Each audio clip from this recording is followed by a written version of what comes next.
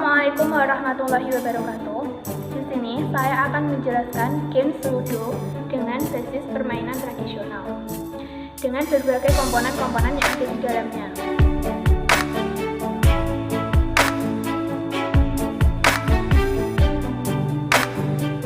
Yang pertama adalah pion.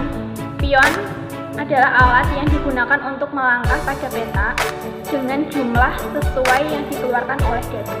Yang kedua ada dadu sebagai penentu jumlah jalannya pion.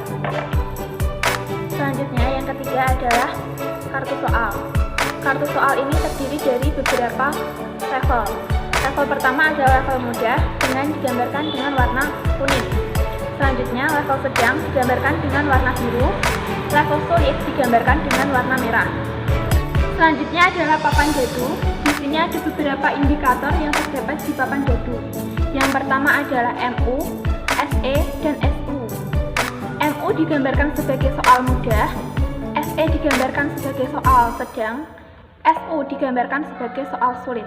Jika kamu berhenti di soal ME, maka kamu mendapatkan soal mudah dengan gambaran soal berwarna kuning. Dan jika kamu berhenti di soal SE, kamu akan mendapatkan soal sedang dengan gambaran warna biru. Dan jika kamu berhenti di soal SU, maka kamu akan mendapatkan soal sulit dengan gambaran warna merah. Dalam setiap peta Ludo terdapat indikator pertanyaan yang harus kamu jawab. Misal, kamu berhenti di langkah kelima, yaitu soal mudah. Maka kamu harus mencari suku kelima dari soal yang kamu ambil. Setelah kamu menjawab soal sesuai indikator soalnya, maka jika kamu benar, kamu boleh membuka hadiah yang ada di kartu hadiah. Pada kartu hadiah ini terdapat barcode pengetahuan sesuai yang ingin kamu ketahui, misal bekel. Nah, di sana terdapat video deskripsi mengenai bekel. Jika kamu salah dalam menjawab soal, maka kamu tidak boleh melempar dadu, yang artinya kamu tidak boleh melangkah pada petak-petak selanjutnya. Yang selanjutnya yaitu ada simbol bintang. Pada simbol bintang ini, kamu diberi kesempatan untuk tidak menjawab soal. Dan pada simbol bintang ini juga boleh ditempati oleh lebih dari satu pion. Pemenang akan ditentukan dengan banyaknya pion yang akan masuk pada menu home.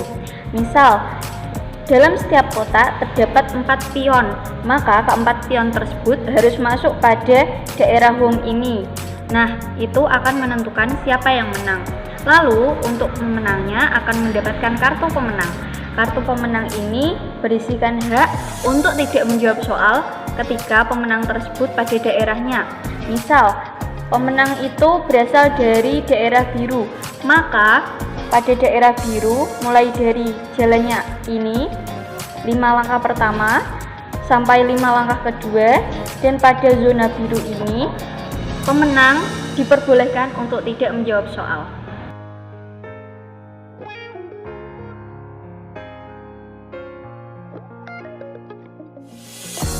Pertama yang harus kita lakukan dalam memainkan lurik permata adalah home pimpa. Siapa yang menang dalam home pimpa ini, dia yang akan melemparkan dadu untuk yang pertama kalinya. Setelah itu, orang yang menang home pimpa tersebut melemparkan dadu. Jika dia mengeluarkan mata dadu 6, sebuah pionnya boleh keluar dari kandang. Sedangkan jika dia mengeluarkan mata dadu kurang dari 6, maka pelemparan dadu harus digantikan oleh lawan lainnya. Di sini, si merah melemparkan dadu lagi setelah mendapatkan mata dadu 6. Di lemparan dadu selanjutnya, dia mendapatkan mata dadu 5. Kemudian, dia maju 5 langkah dari petak sebelumnya. Setelah itu, dia berhenti di petak yang sesuai dengan langkahnya, dan dia mendapatkan soal indikator mudah untuk mencari U5. Soalnya yaitu diketahui barisan aritmatika 6, 9, 3, 0, negatif 3, dan negatif 6. Jawablah pertanyaan pada papan permainan. Papan permainan menunjukkan U5. Jadi U5 dari baris aritmatika tersebut adalah negatif 3. Kemudian, untuk mengecek apakah jawabannya benar atau salah, pemegang kunci jawaban harus scan QR kode kunci jawaban. Dan jawabannya benar, negatif 3. Jika jawabannya benar, maka dia berhak untuk menerima kartu hadiah. Dan di kartu hadiah terdapat QR kode yang berisi video permainan tradisional sesuai dengan kartu tersebut. Kemudian, pemain kedua melemparkan dadu dan dia mendapatkan jumlah mata dadu 6, sehingga otomatis sebuah pionnya keluar dari kandang. Setelah itu, dia melemparkan dadu lagi dan mendapatkan jumlah mata dadu 4.